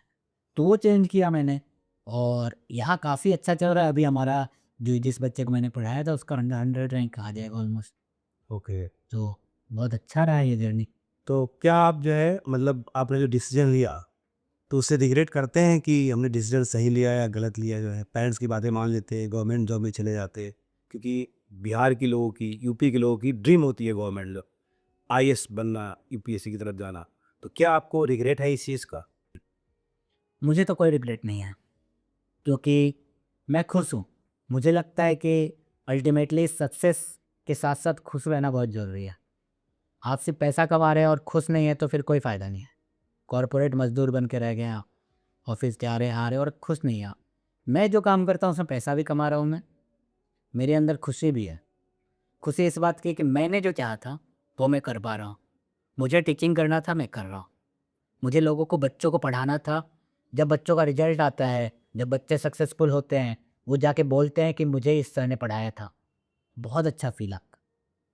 वो फीलिंग्स आप बता ही नहीं सकते किसी को। जब बच्चों का, आपने जिस बच्चों को पढ़ाया उसका रिजल्ट आया, तो आप जो खुश होते हैं ना, शायद उस बच्चे का माँ बाप भी उतना खुश नहीं हो रहा होगा जितना एक टीचर्स खुश हो रहा है। तो वो जो फील है ना, वो मैं किसी जॉब में फील नहीं कर पाता। साथ में पैसा तो कमा ही रहा हूँ। तो मुझे लग रहा है कि मतलब बहुत अच्छा रहा, और होपफुली बहुत अच्छा होगा आगे। या डेफिनेटली देखिए, जैसे आप हार्ड वर्किंग हैं, शुरू से मेहनत करते आए हो और जैसा आपकी ग्रोथ की जर्नी है, डेफिनेटली अच्छा होगा। जो नाउ मेरा एक क्वेश्चन है कि सिंस आपका ये जो पॉडकास्ट का वीडियो है, बहुत यंग लोग भी देखेंगे, जो कॉलेज में है, स्टूडेंट तो देखेंगे, जो कॉलेज में वो भी देख रहे होंगे, या जो टीचर हैं जो कहीं ट्रेनिंग ले रहे हैं वो भी देखेंगे। तो आप क्या उनको एडवाइस देंगे कि क्या टीचिंग फील्ड में एक आईटीएन को या एक एनआईटीएन को या इंजीनियरिंग कॉलेज के बच्चों को क्या टीचिंग फील्ड में आना चाहिए, और अगर आना चाहिए तो कैसे ग्रोथ होगा? ये आपकी क्या ओपिनियन है इसमें? जैसे ये सेम क्वेश्चन मैंने भी अपने टीचर्स से पूछा था, तो उनका भी जवाब यही था कि मतलब टीचिंग इज़ एन आर्ट। अगर आपको लग रहा है कि आपको ये चीज़ आता है और आप तो पढ़ा ही देंगे, ऐसा नहीं है। आप पढ़ाने उतरिएगा जब ना, 50-100 बच्चे आपके सामने बैठे रहेंगे ना, तब आपको पता चलेगा कि जो चीज़ें आपको आती है ना, फिर भी आप डिलीवर नहीं कर पा रहे हैं। आप जो पढ़ा देंगे, आपको हो सकता है नॉलेज होगा उस चीज़ का, लेकिन डिलीवरी एक अलग आर्ट है। और आप इस तरीके से डिलीवर करें सच दैट वो सारे बच्चे जो बैठे हुए हैं उन सबको समझ में आ जाए, वो एक आर्ट है। तो अगर किसी में टीचिंग करने का पैशन है, वो सच में पढ़ाना चाहता है, ऐसा नहीं कि ऐसे जॉब ले रहा है वो, कि हाँ चलो यार टीचिंग में पैसा है मैं चले जाता हूँ टीचिंग में। तो अगर आप बस एक जॉब की तरह से आ रहे हैं ना इस फील्ड में, तब आप शायद ज़्यादा सक्सेसफुल नहीं हो पाएंगे। क्योंकि आजकल का सिनेरियो जैसे आप देख रहे होंगे, 10-10 साल के एक्सपीरियंस वाले भी मेरे से बहुत कम पैकेज पे हैं, और मेरा 6 साल का एक्सपीरियंस है। ओके तो वो जो पैशन है ना, वो ड्राइव करता है। अगर आपको सच में टीचिंग करना था और टीचिंग करना चाहते हैं, तब जाके आप आइए, फिर आपका ग्रोथ एंडलेस है, आप बहुत ऊपर जा सकते हैं। लेकिन अगर जस्ट एज ए जॉब के लिए आ रहे हैं कि मुझे जॉब करना है, चलो यार यहाँ भी पैसा मिल ही रहा है, थोड़ा बहुत ग्रोथ हो जाएगा आगे, तब ग्रोथ नहीं हो पाएगा अगर ये सोच के आ रहे हैं। आप पैसन होना जरूरी है। अगर पैसन है तो ही यहाँ पे ग्रोथ पॉसिबल है और आप खुश भी रह पाएंगे। उसमें रह पाएंगे, नहीं तो आप स्ट्रेसफुल रहेंगे, बच्चों को संभाल नहीं पाएंगे आप क्लास में, आपको लगेगा यार फालतू का फील्ड चूज़ कर लिया, मज़ा भी नहीं आ रहा है, बोरिंग हो जाएगा। तो बहुत सारी चीज़ें हैं। लेकिन अगर आपके अंदर पैशन है, आप सच में पढ़ाना चाहते हैं, सच में मिलियंस बच्चों का लाइफ चेंज करना चाहते हैं, वो भी एक मोटिवेशन होता है कि मेरे कारण मिलियंस बच्चों का लाइफ चेंज होगा, और मिलियंस बच्चों का नहीं, मिलियंस फैमिली का लाइफ चेंज होगा। अब मैं जिस बच्चे को पढ़ा रहा हूँ, वो किसी गांव में मेरे तरह होगा। यस। अगर वो गांव में होगा, मैं ऑनलाइन उसको पढ़ा रहा हूँ, अगर मेरे कारण उसने आईआईटी क्रैक कर लिया, उसकी पूरी लाइफ चेंज हो गई, उसकी पूरी फैमिली की लाइफ चेंज हो गई, वो आईआईटीएन बन गया। तो अगर ये वाला चीज़ आपको किक करता है अंदर से कि आप ऐसा करने वाले हो, जो सोसाइटी में नहीं पॉजिटिव इम्पैक्ट आप प्रोड्यूस कर रहे हो, तब तो आप आओ। ओके। मतलब आप इस फील्ड में बिंदास आओ और आप आगे बहुत आगे जाओगे, मुझे ऐसा लगता है। और स्कोप की बात रही तो स्कोप बहुत है, ओके। स्कोप एंडलेस है। अच्छे लोगों की स्कोप कभी कम नहीं होते। मतलब आप अगर अच्छे हैं अपने फील्ड में, आपका स्कोप हमेशा रहेगा। तो ये बताइए मुझे, एक्चुअली सेल्स क्या है ना, लोग जो है आज नाउ डेज लोग फिगर में बात करते हैं कि अगर कोई जो है टीचिंग फील्ड में आता है तो बताइए upper limit as a teacher, not as a manager और मैनेजमेंट और ऑनर, एज ए टीचर वो किस सैलरी तक पहुंच सकता है इसमें जो है? अब इसमें थोड़ा सा मतलब अलग अलग टाइप का है। मुझे लगता है कि 50 60 70 लाख आराम से आप कमा सकते हो। और ये जो 70 लाख है ना, ये कॉर्पोरेट वाला 70 लाख का पैकेज नहीं है। 70 लाख मीन्स 70 लाख आपको पैसा मिलेगा उतना। ओके। तो इस टाइप से तो आराम से आप एज ए टीचर से पा सकते हैं, बढ़ा सकते हैं। और आप अगर ऑनलाइन बहुत फेमस हैं, तो ऑनलाइन आप अगर बहुत फेमस है तो आप करोड़ों में भी जा सकते हैं। ऑफलाइन में थोड़ा सा क्या है ना, कॉम्पिटिशन बढ़ गया है। ओके। बहुत सारे लोग आ चुके हैं इस पे में और अच्छे अच्छे धुरंधर आ चुके हैं। ऑनलाइन में क्या है, थोड़ा सा एक्टिंग स्किल भी होना चाहिए। ओके। आपके पास एक्टिंग स्किल है, क्राउड पुलिंग पावर है, तो शायद आपको जो बड़ी बड़ी आज तक एडटेक आ रही है वो करोड़ों का ही पैकेज देती है। ओके। मतलब 2 2 करोड़ 3 3 करोड़, मेरे जानने में से एक सर है तो 3 करोड़ के पैकेज। ओके। तो एडटेक उनको 3 करोड़ का ही पैकेज दे रहा है। ओके। तो आप ये बोल रहे हैं कि मतलब ऑफलाइन से ज़्यादा पैकेज ऑनलाइन में है? अगर आप स्टार बन गए, तो और नहीं बने तो? नहीं बने तो बहुत डिफिकल्ट है। तो डिफिकल्ट है। तो जब मैं आपके बारे में रिसर्च कर रहा था तो बच्चे बोले मुझे कि सर जो है, इन जरूर क्वेश्चन पूछिएगा सर से कि क्या क्या मेथड है जिससे पैसे कमाया जा सकता है। तो ये बच्चों का रिक्वेस्ट पे क्वेश्चन है। तो वो तो बच्चे मतलब क्लास में क्या होता है, थोड़ा मस्ती माहौल होता है, कभी कभी पढ़ाते पढ़ाते बोर हो जाते हैं, थोड़ा हंसी मजाक करते हैं हम लोग। क्योंकि क्लास को आप मोनोटोनस से पढ़ा नहीं सकते हैं, सिर्फ पढ़ाते रहेंगे तो बच्चे बोर हो जाएंगे। तो उनको थोड़ा बहुत मैं तरीका बताते रहता हूँ इधर उधर का। वो सीधा तरीका नहीं, वो उल्टा तरीका बताते रहता हूँ कि ये देखो ऐसे भी पैसा कमा सकते हैं, नहीं पढ़ोगे तो ये भी हो जाएगा, ये कर लेना। तो एक तरीका उनके साथ मैंने शेयर किया था। मैंने बोला कि कुछ काम नहीं करना है। ओके। इंडिया में टोटल 150 करोड़ लोग हैं। अच्छा खासा कपड़ा वपड़ा पहनते हैं ना, भीख भीख नहीं मांगना है। ओके। तो सबसे बस ऐसे गाने को बोला, यार मेरे पास मतलब ऑटो को देना है 2 रुपये, या 2 रुपये कम हो गया, ऑटो वाला मांग रहे हैं 2 रुपये ले लेना है, 1 रुपये ले लेना है। जैसे इस करके सबसे 1 1 रुपये 2 2 रुपये 4 4 रुपये लेते रहना है। ओके। 150 करोड़ लोग हैं, आपको पूरा इंडिया घूमना पड़ेगा। ओके। और आपको कहीं ट्रेन व्रेन कुछ भी लग्जरी छोड़ देना है। अभी 2 साल आप कुछ यूज नहीं करने वाले, सिर्फ पैसा आएगा, पैसा को जमा रखना है। ये नहीं कि 100 रुपये दिन भर का कमाया उसको खर्च कर दिया खाने में, फिर तो आप कभी अमीर नहीं बन पाएंगे। ओके।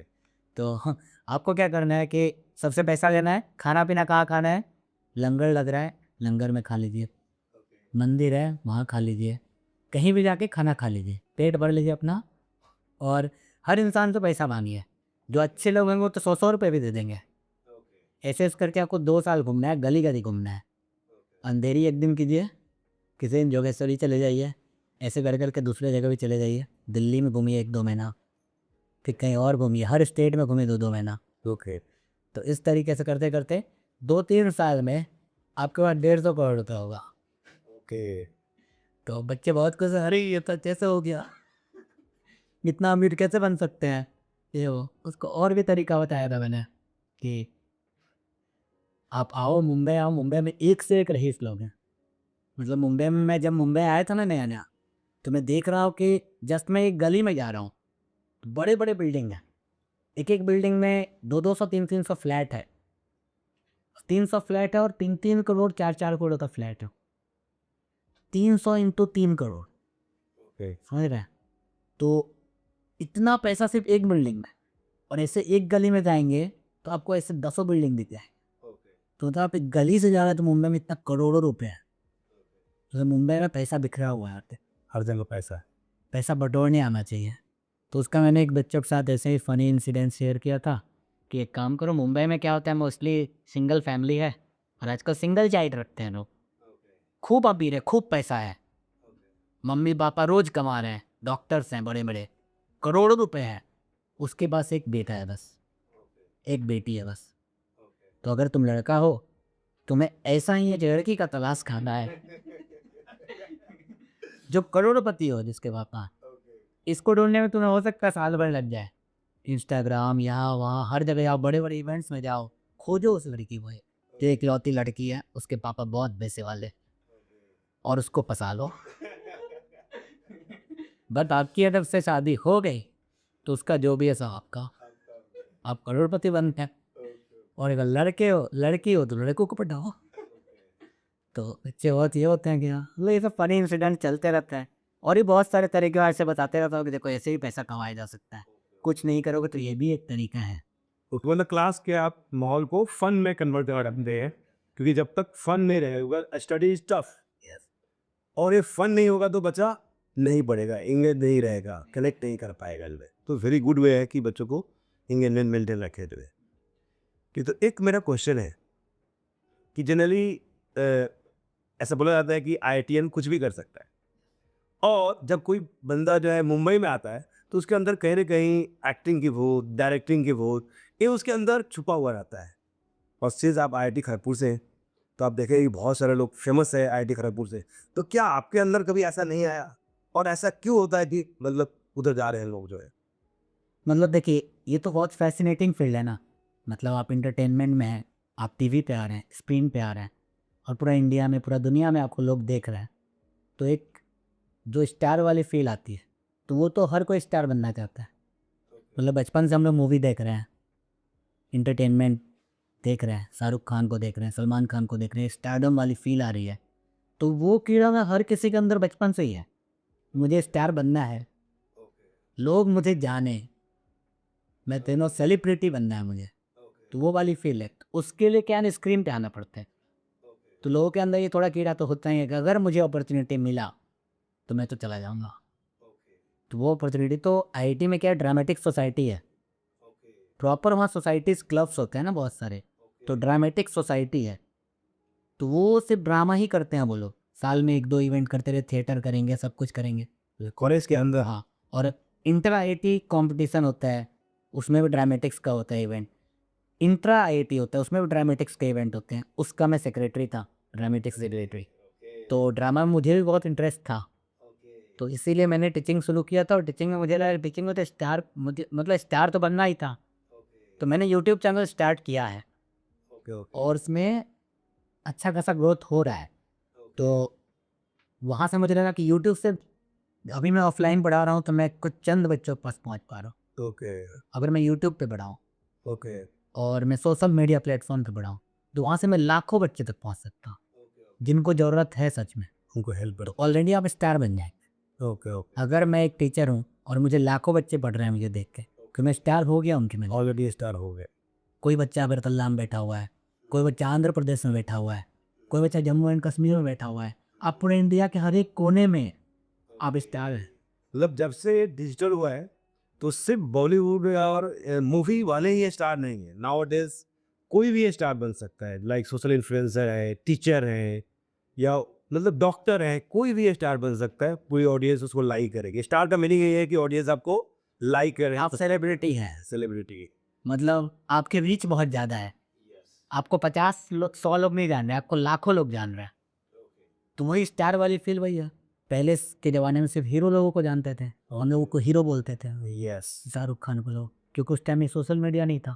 सोशल मीडिया आने के बाद लोगों में तो स्टारडम वाली फील तो थी ना कि मुझे स्टार बनना है। हर किसी। तो आप देखे होंगे कि बहुत सारे लोग ऑलरेडी सोशल मीडिया पे आ चुके हैं, और बहुत सारे लोग आते रहेंगे, अभी शुरुआत है।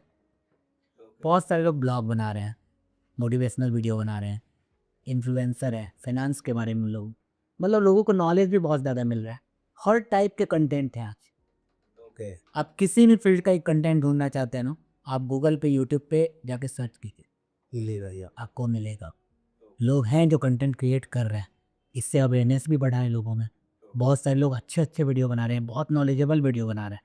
ओके उससे लोगों को इंसाइट्स मिल रहे हैं। अब जैसे एक मैं बोलूँ फूड फार्मर है, ओके तो फूड फार्मर क्या करते हैं कि वो बस हर जो भी हम लोग खा पी रहे हैं ना, उसके बारे में वो रिसर्च करके बताते हैं कि ये खाने से क्या होगा, वो खाने से क्या होगा, ये नहीं खाना चाहिए, ये खाना चाहिए। तो उससे आजकल बच्चे उसको फॉलो कर रहे हैं, तो उनको ये पता चला ये जो पैकेज्ड फूड है, इसमें पाम ऑयल है, ये है, शुगर बहुत ज़्यादा है। पहले हमें ये आइडिया नहीं होता था, आजकल ये हमें पता चलने लगा। बिल्कुल। तो डिजिटल होने से मतलब बहुत एडवांटेज तो हुआ है ये। फाइनेंस के बारे में नॉलेज हो गया है लोगों को, स्टॉक मार्केट के बारे में नॉलेज हो गया है।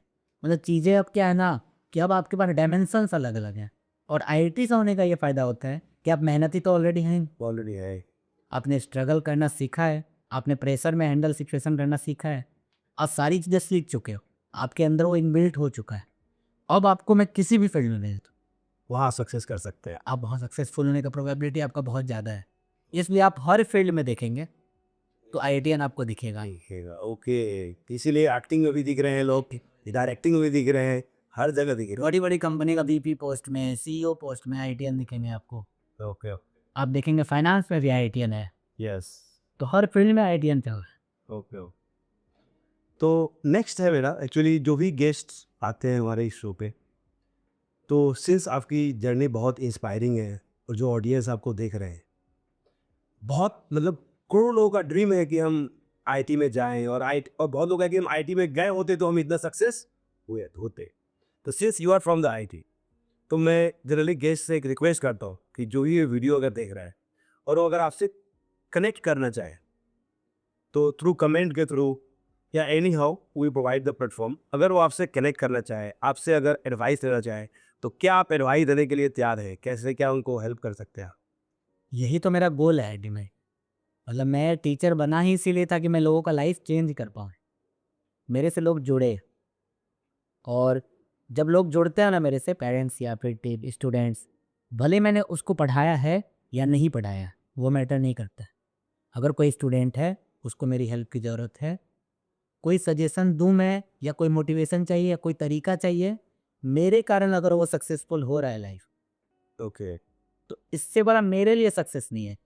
Okay, okay. क्योंकि बहुत सारे टीचर्स हैं जो अभी पढ़ाने में आ रहे हैं, जो कॉलेज के पास आउट हैं, वो आना चाहेंगे, वो ढूंढेंगे कि सर वही बताइए जो है, तो मैं उन टीचर्स को आपसे मैं कनेक्ट करवा दूंगा। करवा सकते हैं बिल्कुल। ओके, सो आपकी जर्नी जो है काफ़ी इंस्पायरिंग है, एंड मैंने तो बहुत कुछ सीखा आपकी जर्नी से, एंड मेरी ऑडियंस भी बहुत कुछ सीखा होगा। तो अच्छा लगा कि आपने मुझे अपना टाइम दिया और आप लोगों की लाइफ में चेंजेस लाए। So thank you very much for giving your precious time, and आप भी अपने लाइफ में ऐसे ही ग्रो करते रहें। आज एजुकेशन फील्ड में टॉप एजुकेटर हैं, मैं उम्मीद करता हूँ कि आने वाले समय में ऐसी आपकी ग्रोथ होती रहेगी, तो one of the top entrepreneur भी आप इंडिया के रहेंगे। जो आपने कॉलेज पास आउट होने के बाद आपने जो ड्रॉप आउट कर दिया था आइडिया, पार्टनरशिप में फेलियर होने की तरफ पे, वो आइडिया भी आप लाएंगे और डेफिनेटली आप टॉप पे पहुँचेंगे। Thank you very much.